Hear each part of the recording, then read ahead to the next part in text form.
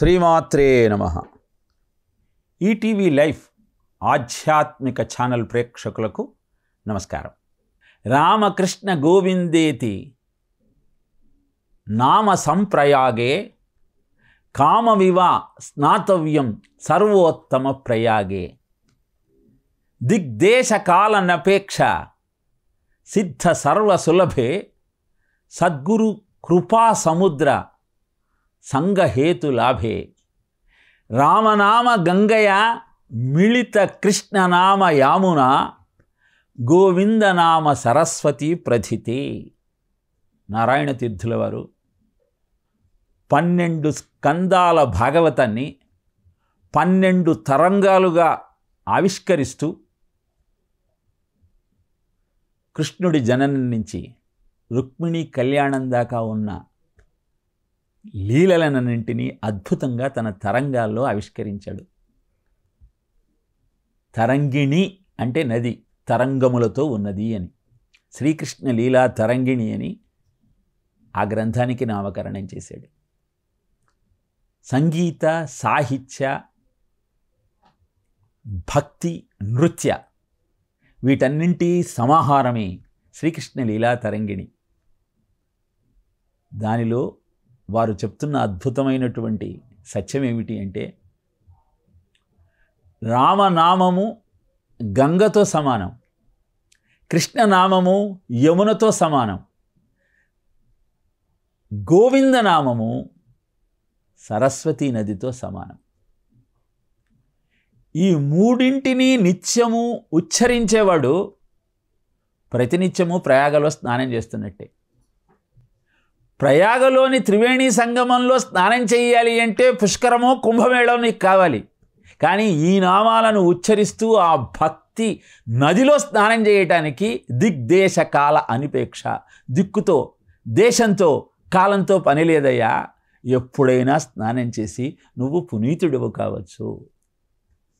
కుంభమేళ జరుగుతోంది, అక్కడికి వెళ్ళి స్నానం చేయలేకపోయామే అన్న దుగ్ధతో, బాధతో ఉన్న ప్రతివాడు రాముడి నామాన్ని, కృష్ణుడి నామాన్ని, గోవిందుడి నామాన్ని చెప్పుకోండర్రా, మీకు అక్కడ స్నానం చేసిన ఫలితం దక్కుతుంది.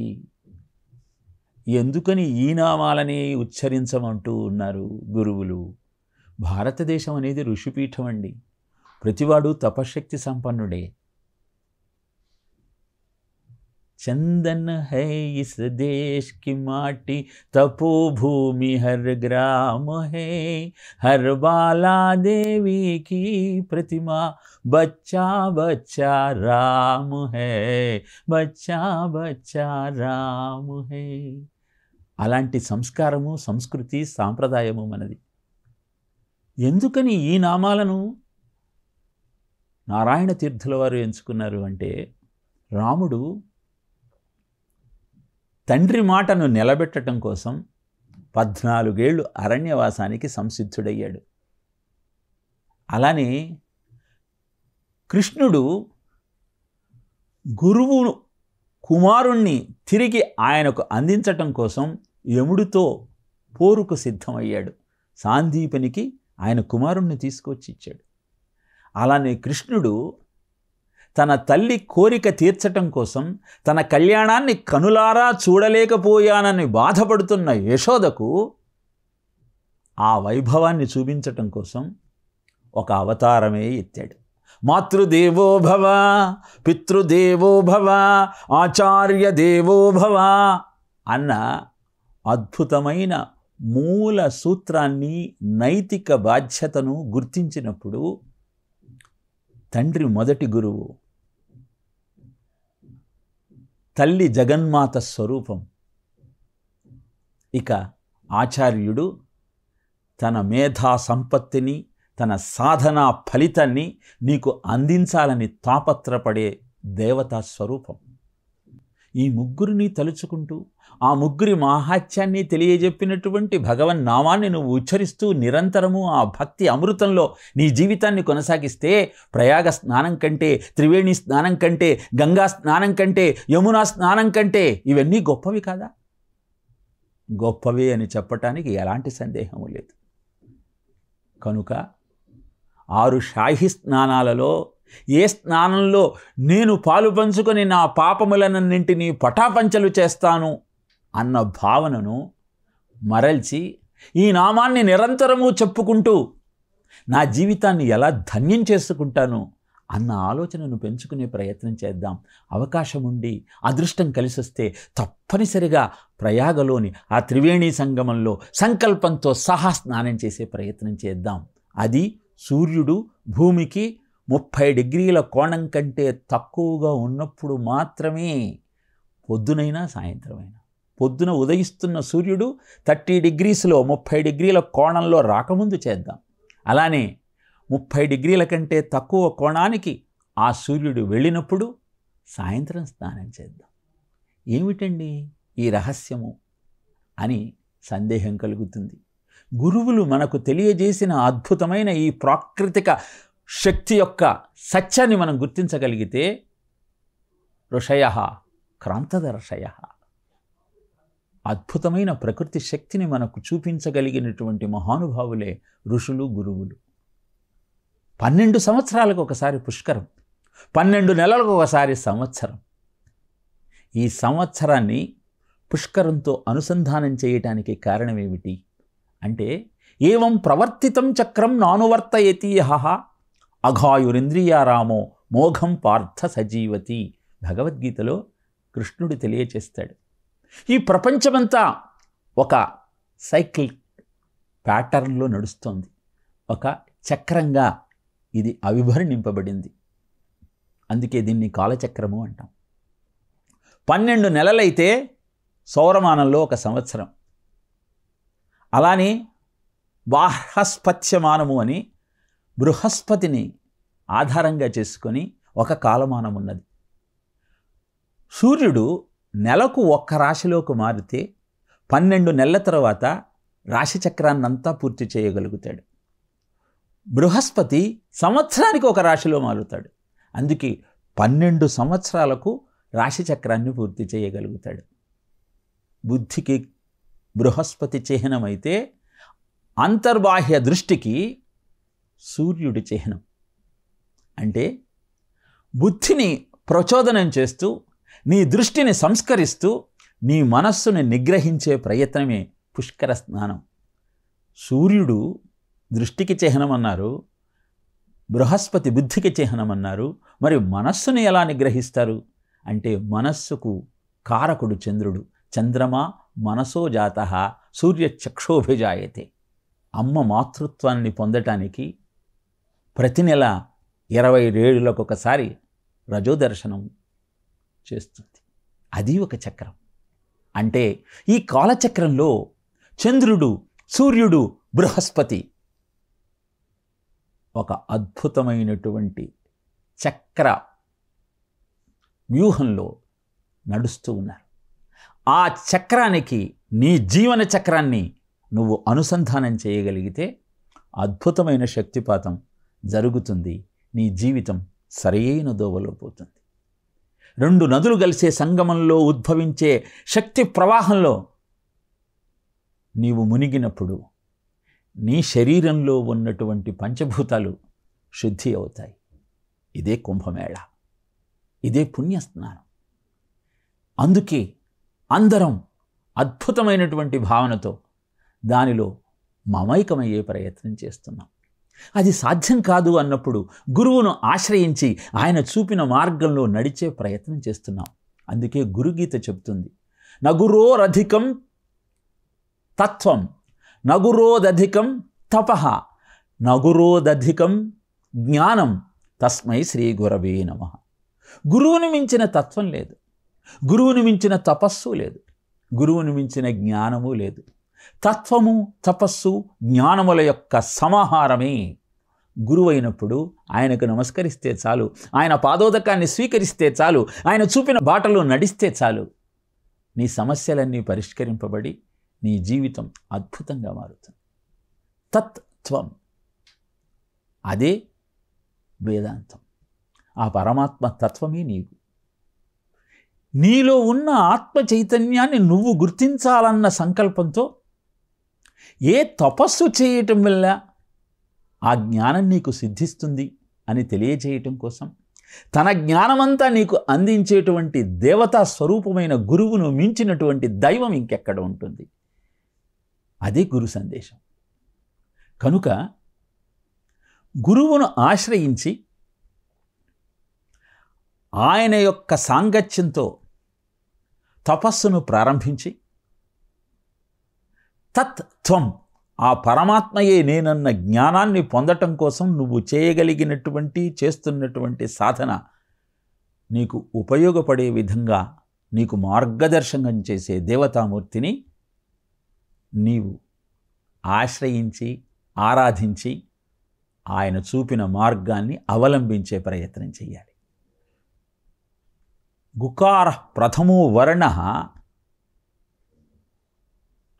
మాయా గుణ విభాసక, రుకారోస్తి పరం బ్రహ్మ మాయా భ్రాంతి వినాశకం. గురు అన్నటువంటి శబ్దంలో గుకారము మాయకు మోహానికి చిహ్నమైతే రుకారము మాయా భ్రాంతి వినాశకం, ఆ భ్రాంతిని పోగొట్టేటువంటి వెలుగు. గుకారో అంధకారస్య రుకారత్త నిరోధక అన్న అర్థాన్ని మరొక్కసారి గురుగీతలో ఈ విధంగా ఆవిష్కరిస్తూ ఉన్నాడు. గుకారము అంటే మాయకు మోహానికి చిహ్నంట, రుకారము అంటే దాన్ని పోగొట్టే అద్భుతమైన జ్ఞానంట. వింటున్న మనకు సందేహం వస్తుంది, ఏమండి ఎక్కడైనా చీకటి వెలుగు రెండు కలిసి ఉంటాయా అంటే, ఈ ప్రపంచమెల్ల ఏ మాయచే మోహితాత్మమగుచునుండు అట్టి మాయ కమలనాభునాజ్ఞ కార్యార్థి అయి నిజాంశంబుతోడ పుట్టే అని భాగవతంలో తెలియజేస్తాడు. శ్రీకృష్ణుడు జన్మిస్తున్నప్పుడే ఆయన మాయ కూడా జన్మిస్తుంది. కృష్ణుడు కారాగారంలో జన్మిస్తే ఆ యోగమాయ గోకులంలో యశోద కడుపున జన్మిస్తుంది.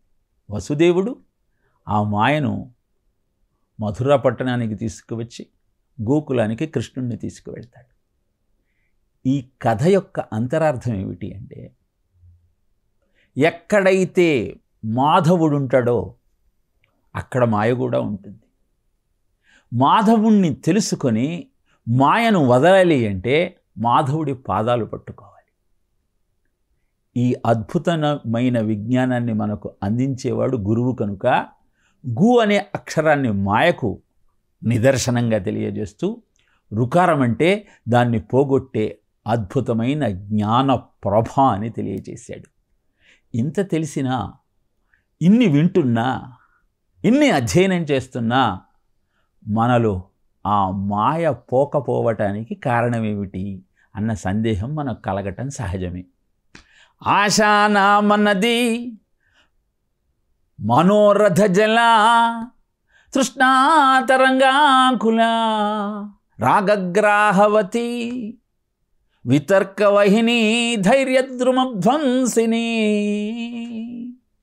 మోహావర్తసు దుస్తరాతి గహన ప్రోత్తుంగ చింతాతటి తస్యాపారగత విశుద్ధ మనసో నందంతి యోగేశ్వరాః అని తెలియజేస్తుంది నీతి శాస్త్రం.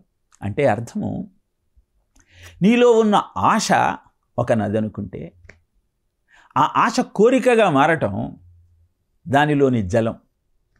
ఇక కోరిక దురాశగా పరిణమించటం ఆ నదిలోని తరంగాలు. ఎప్పుడైతే నీ ఆశ కోరికగా మారి అది దురాశగా సంభవించిందో అప్పుడు దాని మీద నీకు రాగం ఏర్పడుతుంది.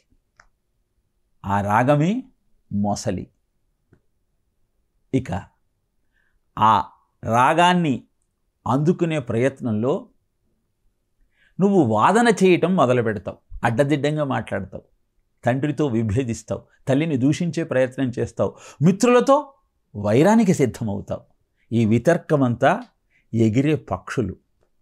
ఎప్పుడైతే నీలో ఆశ ప్రబలి రాగమై కుతర్కానికి నువ్వు సంసిద్ధమవుతున్నావో అప్పుడు నీలో ఉన్న ధైర్యం అనే వృక్షం కూలిపోవటం ప్రారంభిస్తుంది.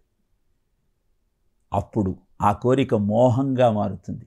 అందుకే మోహాన్ని సుడిగుండంతో ఎంత అద్భుతమైన సమాసం ద్వారా తెలియజేశాడంటే, మోహ ఆవర్త దుస్తర అతి గహన, అతి లోతైన దాటటానికి శక్యం కానటువంటి సుడిగుండమే మోహం. అప్పుడు నీలో బయలుదేరే చింత ఆవలి ఒడ్డు. మరి ఆ ఆవలి ఒడ్డుకు ఎవరు చేరగలుగుతారు అంటే, విశుద్ధ మనసో నందంతి యోగీశ్వరా. నీ మనస్సును నువ్వు శుద్ధంగా మార్చుకోగలిగినప్పుడు, యోగీశ్వరుడైన ఆ జగద్గురువు యొక్క పాదములను నువ్వు ఆశ్రయించగలిగినప్పుడు, ఈ మోహం పోయి రాగం తగ్గి కుతర్గం అంతరించి ఆశ యొక్క లక్ష్యమేమిటో నువ్వు గుర్తించి నీ జీవితం అద్భుతంగా ముందుకు సాగుతుంది. ఈ సత్యాన్ని మనం గుర్తించగలిగితే గురువులు మనకు అందించిన అద్భుతమైనటువంటి సందేశాన్ని మనం అవగతం చేసుకోగలుగుతాం. ఈ విషయాన్ని తెలియజేయటం కోసమే భాగవతంలో శకటాసుర వధ అనే ఒక అద్భుతమైన కథను మన ముందుంచారు వేదవ్యాసులు. బాలకృష్ణుడు పూతనను సంహరించిన తరువాత నెలల బాలుడుగా గోకులంలో ఉన్న అందరికీ ఆనందాన్ని కలిగిస్తూ ఉన్నాడు. ఆ సమయంలో ఒకరోజు ఆయన బోర్లా పడ్డాడు. 3 నెలలకు పిల్లలు బోర్లా పడుతూ ఉంటారు. బోర్లా పడగానే తల్లి మురిసిపోయి బొబ్బట్లుండి మేనమామను పిలుస్తుంది. యశోద ఏం చేసింది? ఊరిలో ఉన్నటువంటి ముత్తైదువులందరినీ పిలిచి పేరంటాలు చేసింది. బ్రాహ్మణులను పిలిచి సత్కరించింది. ఇలా ఈ కోలాహలంలో ఉన్న యశోద బాలకృష్ణుడి మాట మరిచిపోయింది. ఆయనను ఒక మంచం మీద పడుకోబెట్టి తాను వ్యవహారాలలో మునిగిపోయింది. ఎలా అయినా బాలకృష్ణుణ్ణి అంతం చెయ్యాలన్న సంకల్పంతో కంసుడి యొక్క మంత్రి అయిన శకటాసురుడు ఒక బండి రూపంలో ఆ బాలకృష్ణుడి దగ్గరికి వచ్చాడు.